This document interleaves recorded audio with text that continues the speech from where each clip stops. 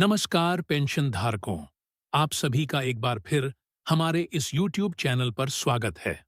दोस्तों, इस वक्त पेंशनरों के लिए बेहद अहम और इम्पॉर्टेंट अपडेट्स सामने आई हैं।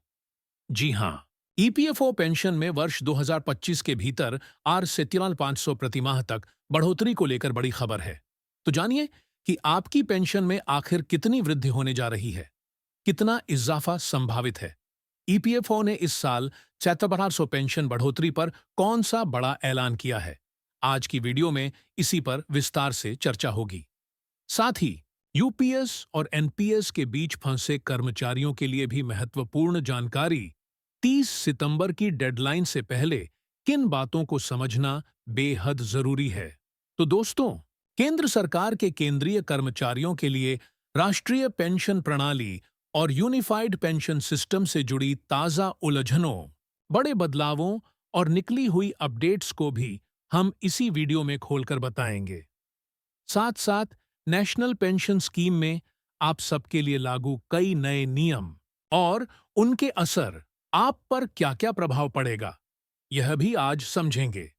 इसलिए आप सभी से निवेदन है कि आज की वीडियो को अंत तक जरूर देखें और यदि आप चैनल पर नए हैं तो सब्सक्राइब और लाइक करना न भूलें। चलिए, बिना विलंब के आज की संपूर्ण जानकारी शुरू करते हैं। सबसे पहले बात करेंगे कर्मचारी भविष्य निधि संगठन के तहत 2025 के एंड तक R47,500 मासिक पेंशन बढ़ोतरी से जुड़े अपडेट की। आपकी पेंशन यहां से कितनी बढ़ेगी? 47,500 तक जाएगी या इससे कम रहेगा? आज सब विस्तार से जानेंगे। देश भर के लाखों सेवानिवृत्त कर्मियों के लिए हालिया घटनाक्रम में पेंशनर प्रतिनिधि मंडल की वित्त मंत्री निर्मला सीतारमण से एक महत्वपूर्ण बैठक हुई है। इस भेंट ने उन असंख्य वरिष्ठ नागरिकों में नई उम्मीद जगाई है जो बरसों से अपर्याप्त पेंशन राशि की चुनौती से जूझ रहे हैं। चर्चा का केंद्र एक ऐसी मांग रही जो उन रिटायर्ड कर्मचारियों की जिंदगी बदल सकती है जिन्होंने अपना करियर देश की अर्थव्यवस्था को संवारने में समर्पित किया। यह बैठक भारत में पेंशन सुधारों पर जारी विमर्श का अहम मोड़ मानी जा रही है। बढ़ती जीवन यापन लागत और स्वास्थ्य सेवा व्यय के बीच पेंशनरों के लिए मौजूदा राशि में सम्मानजनक जीवन स्तर बनाए रखना लगातार कठिन होता गया है। वित्त मंत्री के साथ यह सीधे संवाद इस बात का संकेत है कि सरकार इन गंभीर चिंताओं का समाधान खोजने को इच्छुक है। राष्ट्रीय आंदोलन समिति के अध्यक्ष कमांडर अशोक राउत की अगुवाई में प्रतिनिधि मंडल ने पेंशन सुधार के ठोस तर्क पेश किए। उन्होंने बताया कि वर्तमान न्यूनतम पेंशन ढांचा रिटायर्ड कर्मियों को पर्याप्त वित्तीय सुरक्षा देने में नाकाम रहा है, जबकि उन्होंने वर्षों तक देश के कार्यबल में अहम योगदान दिया।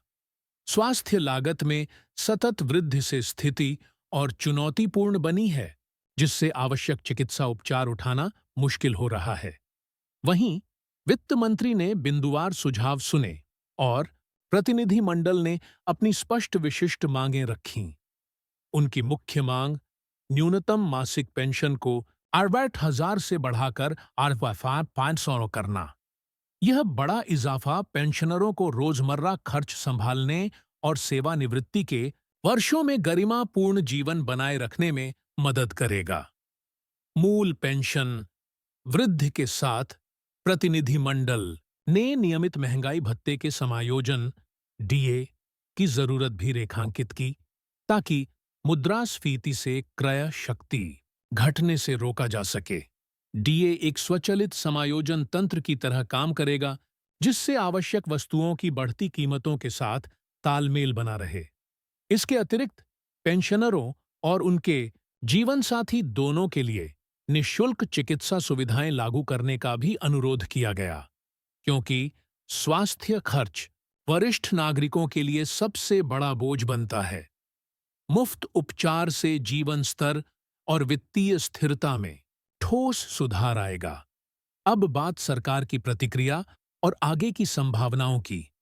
सारगर्भित चर्चा के उपरांत वित्त मंत्री निर्मला सीतारमण ने उत्साहजनक रुख दिखाया।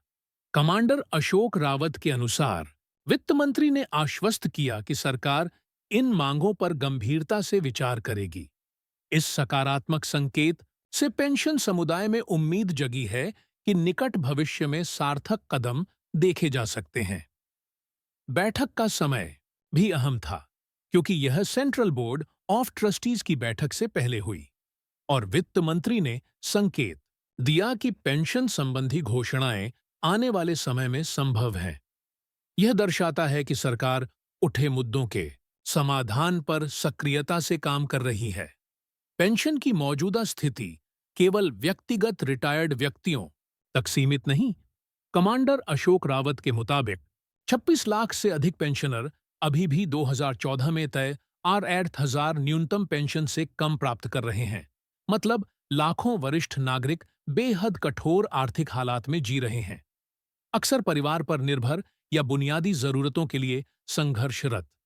R500 की प्रस्तावित वृद्धि न सिर्फ मौजूदा पेंशनरों के जीवन में सुधार करेगी, बल्कि भविष्य में रिटायर होने वाले कर्मचारियों के लिए भी सुरक्षा और आशा का भाव पैदा करेगी। यह सुधार सरकार की अपने कर्मियों के योगदान को सम्मान देने और सेवानिवृत्ति को आर्थिक तंगी का पर्याय न रहने देने की प्रतिबद्धता दिखाता है। हालांकि इस कदम के लिए सरकारी व्यय में उल्लेखनीय बढ़ोतरी की आवश्यकता होगी, मगर वरिष्ठ नागरिकों की सहायता के व्यापक आर्थिक लाभों पर भी विचार महत्वपूर्ण है। जब पेंशनरों के पास पर्याप्त आय होती है, तो वे वस्तुओं सेवाओं पर खर्च बढ़ाकर आर्थिक गतिविधि को गति देते हैं। एक सकारात्मक चक्र बनता है जो समग्र अर्थव्यवस्था के हित में जाता है। इन बदलावों का क्रियान्वयन संभवतः क्रमिक होगा। सरकार वित्तीय प्रभाव संभालते हुए जल्द से जल्द बेहतर लाभ पहुंचाने की रणनीति पर काम करेगी।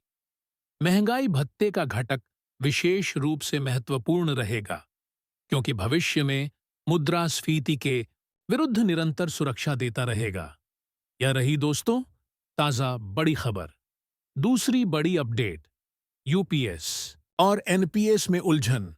30 सितंबर की डेडलाइन से पहले केंद्रीय कर्मचारियों को क्या-क्या जानना चाहिए?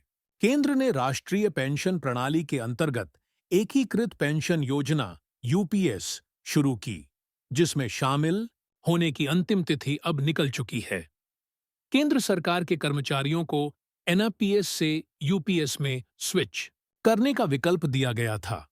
यूपीएस 1 अप्रैल 2025 से लागू माना गया, पर विकल्प चुनने की समय सीमा समाप्त हो गई। जो साथी अभी भी एनपीएस बनाम यूपीएस को लेकर संशय में थे, उनके लिए हमने सरल भाषा में प्रमुख पहलुओं पर आत्मनिरीक्षण के बिंदु भी समझाए, ताकि सही निर्णय लिया जा सके। व्यवहार में एनपीएस और यूनिफाइड पेंशन सिस्टम के विकल्प की लास्ट डेट बीत चुकी। कई कर्मचारियों ने विकल्प नहीं चुना। कुल लगभग 78 लाख पेंशन लाभार्थियों में से 1 लाख से भी कम, करीब 70,000 ने ही यूपीएस को चुना। ऐसे में सरकार द्वारा लागू यूनिफाइड पेंशन स्कीम कर्मचारियों तक अपेक्षित लाभ पहुंचाने में विफल दिख रही है, क्योंकि बड़ा वर्ग यूपीएस पसंद नहीं करता। उनकी मांग साफ है, हमें ओपीएस ही चाहिए।